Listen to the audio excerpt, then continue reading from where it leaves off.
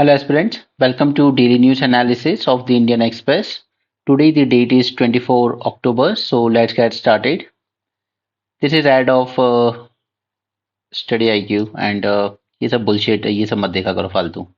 ठीक है, ये रावण बना दिया कंसेप्ट हुआ वीक में ऑप्शन है ना, ये सब फालतू की बकवास नहीं।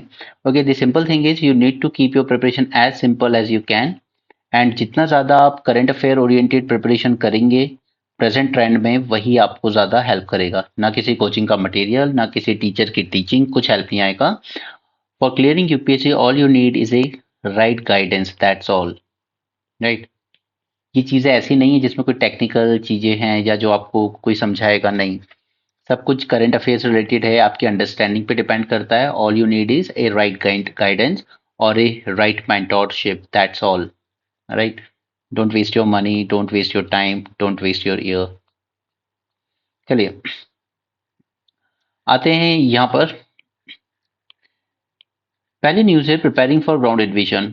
तो अब इजरायली डिफेंस फोर्सेस करने वाली हैं गाजा पे ग्राउंड इन्वेजन, ठीक है, क्योंकि हमास वाले क्या हैं, ये सब बंकर्स में छुपे हुए हैं। तो उस चक्कर में बम्बार्डमेंट से सिर्फ वहाँ के सिविलियंस लॉस हो रहा है, इंफ्रास्ट्रक्चर डैमेज हो रहा है, बट वो टेररिस्ट हाथ नहीं आ रहे हैं। और ना ही अभी तक जो हॉस्टेजेस ले गए थे ये लोग, उनको रिलीज करवा पाया इजराइल। ठीक है, सभी कंट्रीज पैलेस्टीन को के कॉज को हाईलाइट कर रही हैं, वहाँ के बच्चों और सिविलियंस के डेथ को हाईलाइट कर रही हैं, बट ये कंट्रीज अभी भी हमास पर प्रेशर नहीं बना रही हैं कि आप पहले हॉस्टेज रिलीज कीजिए।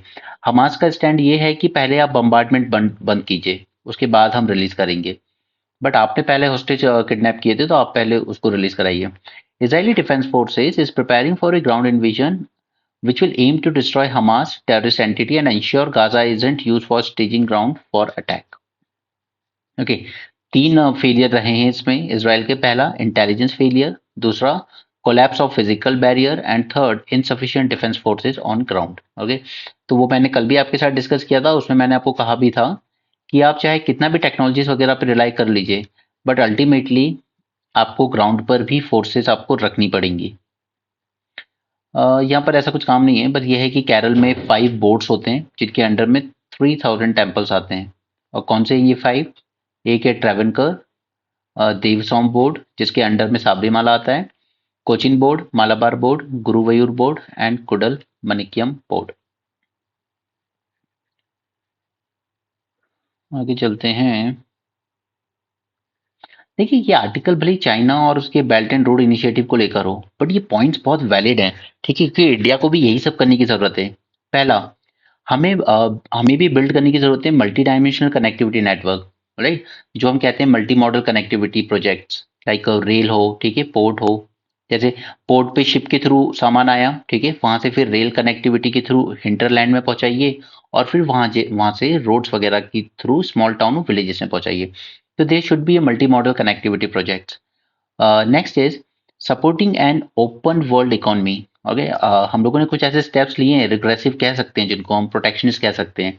जैसे हमने राइस के बैन पे इंपोर्ट लगाया, सॉरी राइस के एक्सपोर्ट पे बैन लगाया। ऑलराइट, उसी तरीके से हमने लैपटॉप्स और पीसी के इंपोर्ट पे बैन लगाने वाले थे, बट फिर हमने कहा कि आउटराइट बैन नहीं कर रहे, हम मैनेजमेंट करेंगे इसमें। ठीक है, आपको रजिस्टर करना होगा और आपको बताना होगा आप किस कंट्री से कितना इंपोर्ट कर रहे हो। राइट, तो वो ठीक नहीं है, आप ओपन इकोनॉमी रखिए। Third is participatory practical cooperation. Practical cooperation मतलब कि हमें चाइना के साथ अपनी इकोनॉमी डीलिंक नहीं करनी है। ठीक है, डीलिंक नहीं करनी है। इकोनॉमी जितनी कनेक्टेड होती है उतना बेटर होता है, बट डी कपल करनी है। ठीक है, मतलब ऐसा नहीं कि चाइना पे पूरी तरीके से डिपेंड हो जाए। Right, next is promoting green development. तो ये तो आपका ग्रीन एनर्जी ट्रांजिशन और सस्टेनेबल और ये सब बातें आ जाती हैं इसमें। ठीक है, advancing scientific and technological innovation, तो हमने इसी के लिए क्या बनाया, हमने अपना नेशनल एनएसएफ बनाया है। ठीक है, जिसके लिए मैंने आपको पूरा एक मेन से फुल फ्लेज लेक्चर भी दिया हुआ है। हम लोग अभी इन्वेस्ट करते हैं हार्डली अपनी जीडीपी का 0.6% ऑन रिसर्च एंड डेवलपमेंट, तो इसको इंक्रीज करने की जरूरत है हमें। Right, next is strengthening institutional institutional buildings. Alright, अभी चाहे हमारी एजुकेशन फील्ड में आ जाए या रिसर्च एंड डेवलपमेंट सेक्टर आ जाए या गवर्नेंस में ही कैपेसिटी बिल्डिंग जो हम लोग करते हैं, ओके, अपने इंस्टीट्यूशंस को स्ट्रांग बनाने के लिए, ट्रांसपेरेंट, अकाउंटेबल, रिस्पॉन्सिबल बनाने के लिए या टेक्नोलॉजी सेवी बनाने के लिए। ऑलराइट, तो ये कुछ 5-6 पॉइंट्स हैं जो आप इंडिया क्या किसी भी कंट्री के कंटेक्स्ट में अप्लाई कर सकते हो। यहाँ पे कल मैंने आपको बताया था कि model of code of conduct का क्लियर वायलेशन हुआ है, and not just model code of conduct but also service rule का भी वायलेशन हुआ है। ठीक है, क्योंकि जो ऑल इंडिया सर्विस रूल है वो आपको कहते हैं कि आप किसी भी पॉलिटिकल पार्टी से कनेक्टेड नहीं हो सकते, आप इनके किसी भी इनको प्रमोट करना या इसमें पार्टिसिपेट नहीं कर सकते। बट यहाँ पे गवर्नमेंट ने कहा कि involve bureaucrats in a yatra to showcase Narendra Modi government achievement. ठीक है, ये एक यात्रा निकाल रही है बीजेपी, विकसित Bharat Sankalp Yatra, to promote the awareness about Modi government's work over past 9 years। ठीक है, so this is a brazen infringement of model code of conduct, a misuse of government machinery for influencing voters. It asks Election Commission to direct the government to revoke the instruction and impose a penalty on those involved। Okay, आप याद कीजिए कि इंदिरा गांधी जी का जो election void declare किया था Allahabad high court ने, ठीक है, जिसकी वजह से डिस्टर्ब होकर उन्होंने इमरजेंसी डिक्लेयर की थी, वहाँ इंदिरा गांधी पे यही चार्जेस थे सबसे ज्यादा कि आपने गवर्नमेंट मशीनरी का मिसयूज किया है। तब यही चीज प्रेजेंट गवर्नमेंट ने की है। Next is farmer will get 50% of profit through cooperative body. सबसे पहले तो इस बॉडी को जानिए। Okay, this national cooperative export limited. अब नाम में एक्सपोर्ट आ रहा है तो ऑब्वियसली बात है कि इसके अंदर वो सारी कोऑपरेटिव्स रजिस्टर होंगे जो एक्सपोर्ट का काम कर रहे हैं। Right, it is an umbrella body for cooperative sector exports registered under multi state cooperative societies act. Remember this. ये शुरू की गई थी authorise share capital of 2000 crore and with 500 crore as initial paid up capital. Okay, national cooperative export limited, it is a newly created umbrella organisation for cooperative sector. कोशिश की जा रही है पूरा एक एक्सपोर्ट इकोसिस्टम डेवलप करने की जो कवर करेगा फार्मर से procurement, storage, processing, marketing, branding, labelling, packaging, certification, research and development, जो भी आप सोच सकते हैं जितने भी प्रोसेस। ठीक है, और इसमें अच्छी चीज़ ये है कि जितने में भी सेल आउट होगी ना चीज़ें, उसका ऑलमोस्ट 50% प्रॉफिट फार्मर के साथ शेयर किया जाएगा। ठीक है, अभी तक 1500 कोऑपरेटिव इसके मेंबर बन चुके हैं, तो हम कोशिश उम्मीद करते हैं कि ये भी उतना ही सक्सेसफुल हो जैसा कि इफको, क्रिप्को एंड अमूल हुआ है। Punjab breathe easy as farm fires down by half. तो इसके लिए मैं ऑलरेडी आपको मेंस 450 प्लस में लेक्चर दे चुका हूँ, over crop residue burning. Okay, playlist में जाके देख लेना, एक बार में पूरा इशू समझ लो, रोज रोज अपना टाइम वेस्ट करने की जरूरत नहीं है सब में। यहाँ पे इसरो ने जो अभी सेफ्टी टेस्ट किया था वो सक्सेसफुल रहा है। ओके, उसमें उसने टेस्ट किया था इमरजेंसी एस्केप मैकेनिज्म, कि जो कैप्सूल है जिसमें एस्ट्रोनॉट्स बैठेंगे, अगर उसमें कोई प्रॉब्लम आती है तो कल को हम उसको तुरंत इवैक्यूएट कर सकते हैं या नहीं, तो यही मॉडल टेस्ट किया गया था। ऑलराइट, और ये सब क्यों किया जा रहा है, क्योंकि हमारा गोल है कि हम गगनयान मिशन लॉन्च करें जिसमें हम लोग अपने एस्ट्रोनॉट्स को स्पेस में भेज सकें और उनको सेफली वापस भी ला सकें। ठीक है, अभी तक हमने सिर्फ वन वे प्रूफ की है अपनी टेक्नोलॉजी को। हम मार्स पे गए, वापस तो आना नहीं था, मून पे गए, वहां पे भी वापस नहीं आना था, लेकिन यहाँ पे आपको स्पेस में जाना भी है और वापस भी लेके आना है एस्ट्रोनॉट्स को। ऑलराइट, क्रू एस्केप सिस्टम, तो ये टेस्ट किया था हमने on an experiment test vehicle, और ये करीब 17 किलोमीटर तक गया था एटमॉस्फेयर में, जबकि हमें जाना होगा ऑलमोस्ट लियो तक, यानी कि करीब करीब 300 किलोमीटर तक हमें जाना होगा आगे चल के। इंडिपेंडेंस स्पीच 2018 में मोदी जी ने कहा था कि हम मैंड स्पेस मिशन भेजेंगे बाय 22, लेकिन क्योंकि काफ़ी कॉम्प्लेक्स चीज़ है इसलिए इसरो ने अभी इसमें एक्सटेंशन मांगा है, और अब कोई टाइमलाइन फिक्स नहीं है किस ईयर में भेजेंगे, बट एनी हाउ माना जाता है कि 2 साल में हम तैयार कर लेंगे इसको। तो ये मिशन कब प्लान किया गया था, ISRO policy planning committee first endorse a crew space mission in 2004। Human spaceflight is harder and more expensive compared to Mars mission or the recently successful mission to the moon. It requires space agencies to build capsules in which astronauts can live in an Earth-like condition. It will use the same launch vehicle that is used for moon mission. Okay, हालांकि ये जो trial हुआ है अभी Saturday को वो एक छोटे रॉकेट पे कंडक्ट हुआ था, वो उस पे नहीं हुआ था, GSLV Mark 3 जो हम यूज करेंगे। ठीक है, इसमें हमने पैराशूट सिस्टम चेक किया अपना कि हमारा जो क्रू मॉड्यूल है उसका पैराशूट प्रॉपरली फंक्शन कर रहा है और वो उसको इस धीरे से लैंडिंग करवा पा रहा है ओशन में। Alright, it ensures the crew module slows down and safely splash in the water after the mission. Satellite trials showcase the success of emergency escape mechanism. ठीक है। इसके अलावा space agency will test more complex safety mechanism. It also plan to send a robot to space as a prelude to crewed mission. ठीक है, human को भेजने से पहले एक बार रोबो भेजा जाएगा इस क्रू मॉड्यूल में रख के. So the agency has done the right thing by not finalizing Gaganyaaan's launch date. In the coming month, the trials will be watched with excitement. Alright. Next है कि बॉम्बे हाईकोर्ट में एक आदमी ने पेटिशन डाली थी कि पाकिस्तानी एक्टर्स वगैरह को परमानेंटली बैन कर दिया जाए हमारे यहाँ काम करने से. तो बॉम्बे हाईकोर्ट ने ऐसी पेटिशन डिसमिस कर दी है. उसका कहना है कि this is a retrograde step in promoting cultural harmony, unity and peace. Okay, यहाँ पर वियना कन्वेंशन वाली ही बातें हैं. तो मैंने कल आपको बताया था कि आर्टिकल 11.1, ओके 11.1 ये हमें परमिशन देता है कि अगर हमारे डोमेस्टिक पॉलिटिक्स में इंटरफेयर कर रहे कोई डिप्लोमेट्स या कोई कंट्री, तो हम उनके डिप्लोमेट्स को निकाल सकते हैं अपने यहाँ से. ठीक है. सो India's action was in accordance with article 11.1 of Vienna convention on diplomatic relations. Alright. इसके अलावा सिर्फ आर्टिकल 11.1 ही नहीं, आर्टिकल 41.1 भी हमें कहता है under Vienna convention that persons enjoying diplomatic privileges and immunities are obligated not to interfere in internal affairs of the receiving state. Thus, if these Canadian diplomats, जैसा कि फॉरेन मिनिस्ट्री ने कहा है, they were interfering in the India's internal affair, then it is a breach of VCDR by Canada. This can also be ground to restrict or withdraw diplomatic immunities. Okay, तो फिर इसी international Vienna convention को implement करने के लिए हमने भी अपना डिप्लोमेटिक रिलेशन एक्ट इनेक्ट किया 1972 में. India enacted to give effect to VCDR section 4 of this act and it empowered the center to restrict diplomatic privileges and immunities to a country that fails to comply with obligation under VCDR. Okay, यहाँ पे बात ये आती है कि एक बात बताइए कि एक अच्छी खासी विमेन, ठीक है, एक ह्यूमन बीइंग, हम उसके राइट्स को ज्यादा इंपॉर्टेंस दें या फीटस जो अभी 24 या 26 वीक का है उसके राइट्स को ज्यादा इंपॉर्टेंस दें? क्योंकि इस केस में तो यही हुआ है कि फीटस की हार्ट बीट को रोकने की जरूरत थी, डॉक्टर ने पूछा तो जज ने मना कर दिया और अल्टीमेटली कि अब विमेन को इस तीसरे बच्चे को बर्थ देना होगा. बट विमेन का ये कहना है कि फिर मेरे राइट्स का नहीं है क्या, मेरे राइट्स का क्या? ठीक है, अगर मैं कह रही हूँ कि ये थर्ड बच्चा होने से मेरी मेंटल स्टेट, फिजिकल स्टेट और ज्यादा बिगड़ सकती है, तो फिर मेरे राइट ज़्यादा इंपॉर्टेंट हैं या इस फीटस के राइट ज़्यादा इंपॉर्टेंट है? राइट, तो ये आर्टिकल उसी तरह का है. Just a second.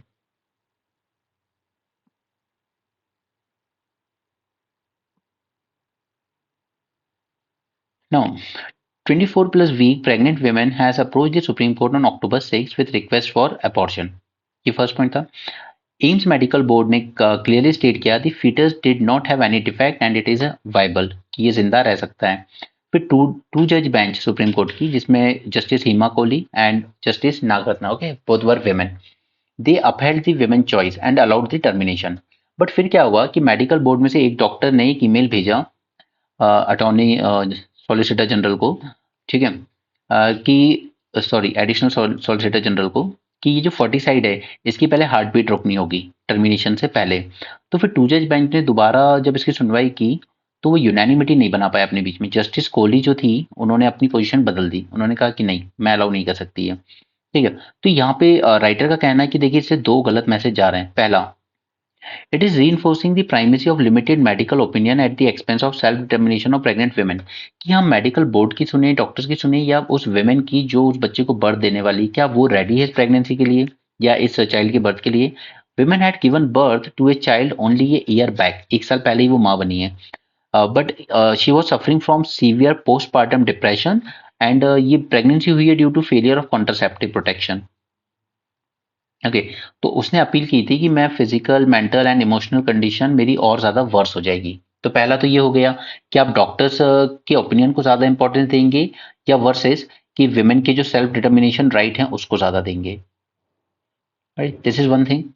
Second second danger is that excessive reliance on viability of foetus. अब यहाँ पे आ जाएगा फीटस वर्सेस विमेन. ठीक है, उधर था डॉक्टर वर्सेस विमेन और second point foetus versus women. Now, this again puts the decision making in hands of medicine and its technologies at the expense of women's self-determination. All worrying is sudden concern of feticides और beating heart, ठीक है, all फीटर्स about 6 week, ठीक है, 6 into 4 कितना हो गया, 24। तो 24 week के बाद तो हर फीटस में जान आ जाती है, ठीक है, दिल धड़कने लगता है। Now this is an attempt to tilt the concern in favour of foetus, तो यहाँ पर ये लोग फीटस की फेवर में ज्यादा कंसर्न दिखा रहे हैं rather than A women. The full while the full-fledged adult women as a person is ignored. Such a tilt was the basis of US Supreme Court judgment. एक जजमेंट अभी Supreme Court में हुआ था US के कुछ time पहले, जिसमें उन्होंने कहा था, उन्होंने ओवरटर्न कर दिया था विमेन के अबॉर्शन राइट्स को इसी बेसिस पर, ठीक है, कि फीटस के पास भी राइट होता है। तब इंडियंस ने बहुत छाती पीट के कहा था, देखिए देखिए, लीगली एंड मेडिकल फ्रेटर्निटी ने हमारे यहाँ कहा था कि देखिए, हमें तो गर्व होना चाहिए कि हमारे यहाँ लिबरल, कितना लिबरल है अबॉर्शन रिजीम, बट अब आप वापस उसी रास्ते पे चल दिए हो आप भी, ठीक है, आप अपनी ये जो रिजीम है अबॉर्शन की उसको डिफिकल्ट बना रहे हो।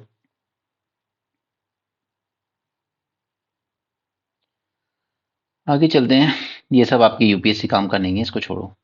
हाँ, ये काम का है। अब मैंने आपको पहले भी एक बार करवा चुका हूँ ये आर्टिकल, 100 मेडिकल सीट्स पर मिलियन पॉपुलेशन, यानी कि आपके स्टेट में हर 10 लाख पॉपुलेशन पर 100 मेडिकल सीट्स आपको दी जाएंगी। क्लियर?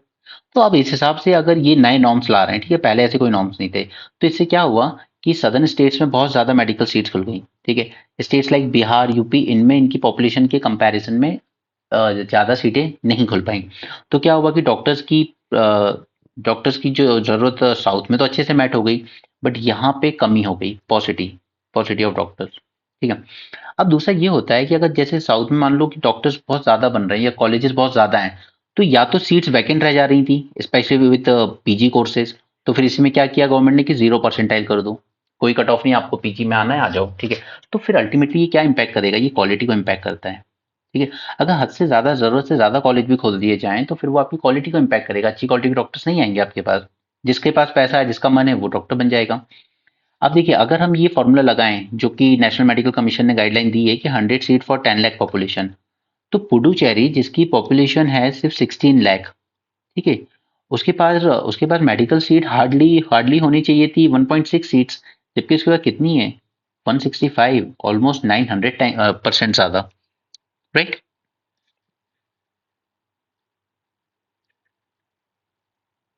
सॉरी सॉरी सॉरी, एक फॉल्ट हो गई।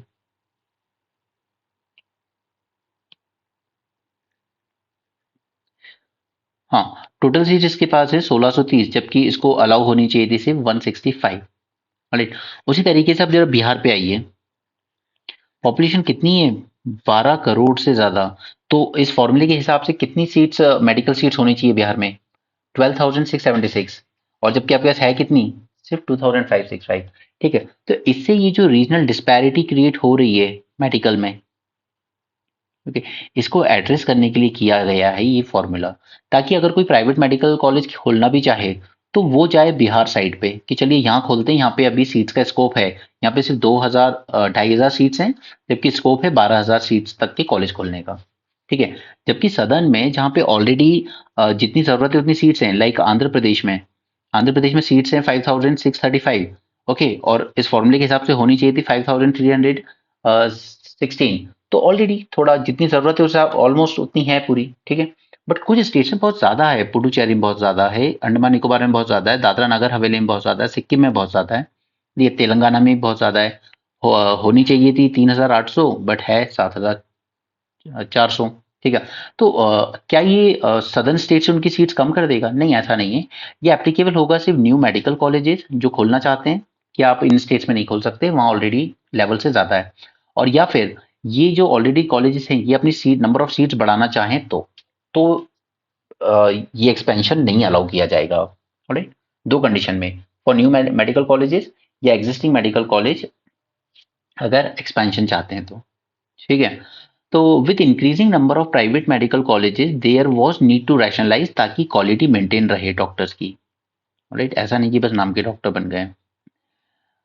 The move was necessary to ensure a good distribution of medical colleges across the country, ताकि हम रीजनल डिस्पैरिटीज कम कर सकें।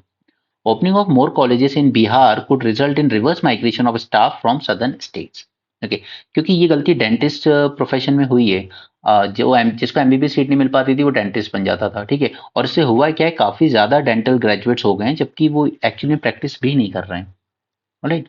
उसके बाद फिर ज़्यादा मेडिकल कॉलेजेस खोलने की वजह से क्या होता है, फैकल्टी की शॉर्टेज हो जाती है। इवन इतने बड़े बड़े कॉलेज एमएएमसी एम्स इनमें तक फैकल्टी की शॉर्टेज है।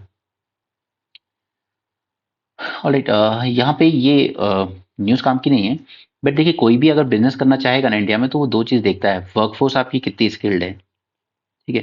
दूसरा कि आपका इंफ्रास्ट्रक्चर कितना अच्छा है, यानी कि आपके रोड्स वगैरह, ठीक है, लॉजिस्टिक्स जो आप कहते हो कि अगर मैं एमपी में कुछ मैन्युफैक्चर कर रहा हूँ इंदौर में, तो मुझे गुजरात में पोर्ट तक पहुंचने में कितनी कॉस्ट आएगी लॉजिस्टिक, ठीक है। वो डिपेंड करता है कनेक्टिविटी पे, rail road and so on, ठीक है। मैं अगर कोई चिप मैन्युफैक्चरिंग करना चाहता हूँ, क्या इलेक्ट्रिसिटी पावर सप्लाई है रिलायबल 24/7, क्या प्योर वाटर सप्लाई है वहां पर, ठीक है। ये सब, तो एक कंट्री को अगर मैन्युफैक्चरिंग हब बनना है तो उसको दो चीज़ों पे वर्क करना बहुत जरूरी हो जाता है, एक है इंफ्रास्ट्रक्चर अच्छा बनाना और दूसरा है अपनी वर्कफोर्स को स्किल्ड करना।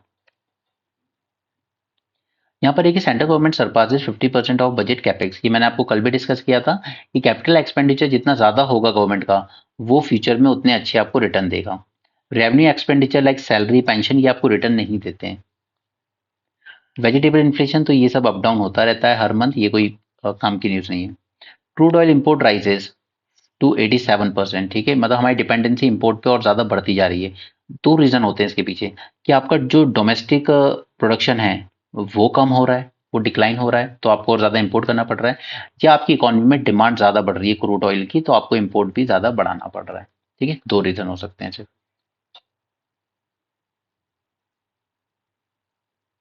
Alright, now this is sports news, that's it for today's Indian express. इसमें ज़्यादा कुछ काम का था नहीं।